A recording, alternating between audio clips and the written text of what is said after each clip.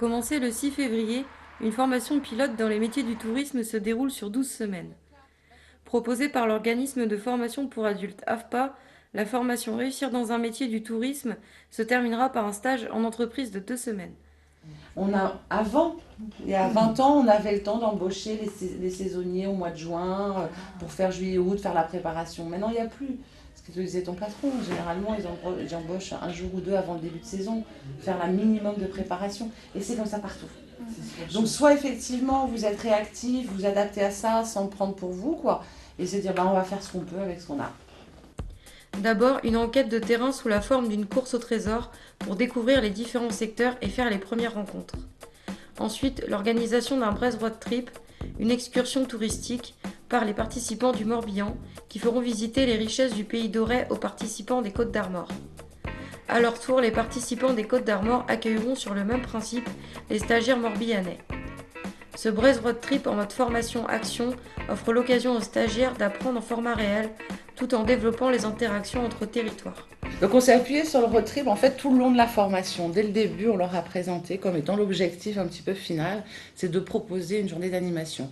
Donc on est en parallèle avec l'AFPA d'Auray, sur l'Agnon et l'AFPA d'Auray. On a commencé ensemble, donc il y avait une interactivité entre les deux groupes. Donc le groupe de l'Agnon présentait une journée d'animation à Auray et à l'inverse, Auray nous présentait une journée d'animation.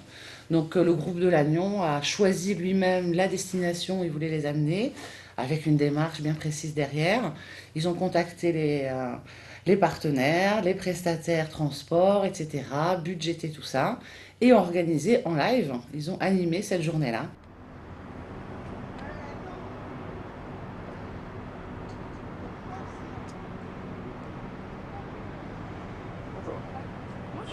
Jeudi 31 mars, c'est la rencontre tant attendue. Les stagiaires de l'Agnon accueillent leurs homologues d'Auray.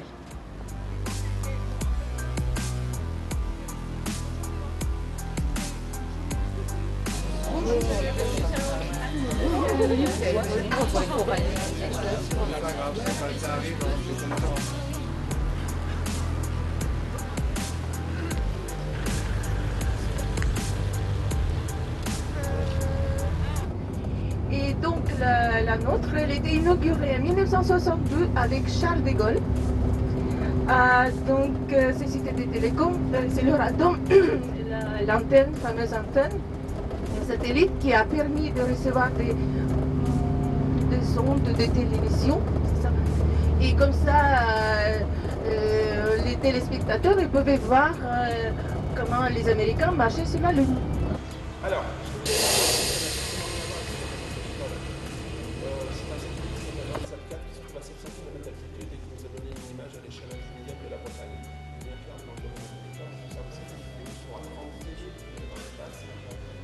satellites sont là pour passer des informations, sinon pour avoir un point précis. Nous arrivons à Trégastel. Vous m'entendez bien? Oui. Trégastel, c'est très important. C'est un petit village parce que j'y habite. Mais il n'y a pas que pour ça. C'est vraiment une station balnéaire sur la pittoresque côte de Granit Rose. Son décor naturel, comme moi. Vous allez faire un jeu toute l'après-midi sur le sentier des douaniers. Donc on va vous donner une photo là tout de suite. Et il faudra retrouver Léa avec la photo. Et chaque personne va vous redonner une photo et ça va faire ainsi de suite. Mais on avait déjà le trombinoscope. Mais non, mais c'est une photo du jeu. De quelque chose. La tortue, La tortue, la carapace, une carapace tortue. le moitié d'un visage d'un monsieur qui Est-ce est que allumé. c'est bon, bravo. C'est quoi? La Bravo. tortue. Là, j'applaudis. Et c'est dans les années 90, entre 90 et 97, on s'est aperçu que la faune et la flore disparaissaient parce qu'il n'y avait pas de limitation. Donc les gens, comme il y avait de plus en plus de monde à visiter la côte, ils allaient partout. Alors depuis les années 90, la protection du littoral a délimité les zones de passage des gens qui viennent visiter notre côte. Moi, ça me fait penser à un sphinx. Avec ses deux pattes en bas, là. Les deux pattes en bas. Non, mais c'est juste le truc qui sort. Celle qui est la plus grande, c'est l'éléphant. C'est très original. C'est la Gothique en diable. Et les pyramides là-bas. Et donc, je vous invite vraiment, faites le voyage un jour avec le bateau. Vous pouvez faire le tour de cette île, plus l'île de Bria, ou l'île Bria et cette île. C'est vraiment fabuleux. Il faut appeler la veille, parce que selon des météos, ils font ou ils font pas. Donc, c'est vraiment, voilà, c'est très, très intéressant comme balade. Et tu sais le prix 18 €, 2 heures, et 21 € 2h30. 2h30, c'est compris que si vous allez descendre sur une île, une escale sur une île. Voilà. Le lendemain, inversion des rôles, les stagiaires de la Nuon descendent dans le pays doré. Parvenir à un petit questionnaire de satisfaction, donc j'aurai le temps de le remplir pendant le repas. Ce qui s'est passé, c'est qu'il devait donc arriver à Nantes et après il devait aller sur Versailles.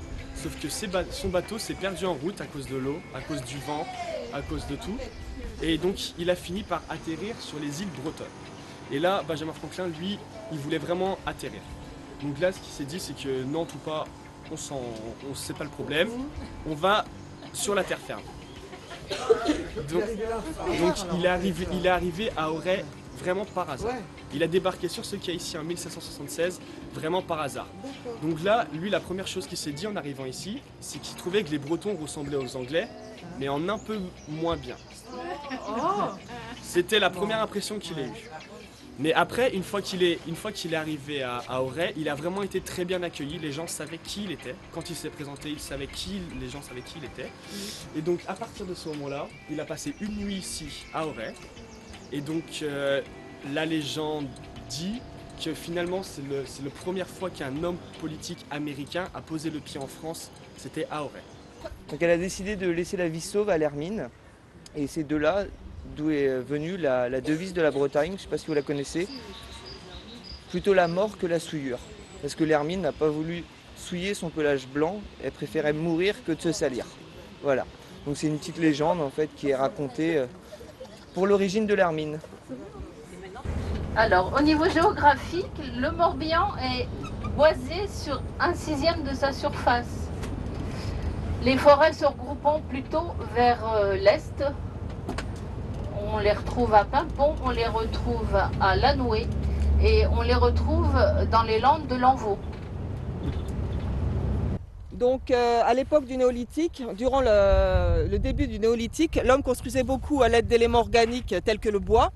C'est pour ça qu'il ne reste plus aucune trace de leur habitation puisque le bois se désagrège avec le temps. Vers moins 5000 avant Jésus-Christ, la conscience de l'homme évolue vers l'idée d'une construction qui dure, surtout pour honorer le culte des ancêtres. Et la pierre est choisie pour sa résistance dans le temps. C'est pourquoi aujourd'hui on dit que les mégalithes sont une des plus anciennes architectures du monde. Donc quand je faisais mon résumé en l'occurrence sur Ploumanac, donc là je suis allée dans le site de la photothèque et ça c'est, bon il y a plein de choses à relever, mais les 5 points important qu'il faut mettre en valeur dans des photos, si tu veux. Donc, comme capter des scènes vivantes, donner une image dynamique, chaleureuse, voilà, privilégier des sujets jeunes, mais surtout pas prendre de paysage, si tu veux, avec voilà, la mer bleue, le sable fin, et aucun paysage derrière. Ouais.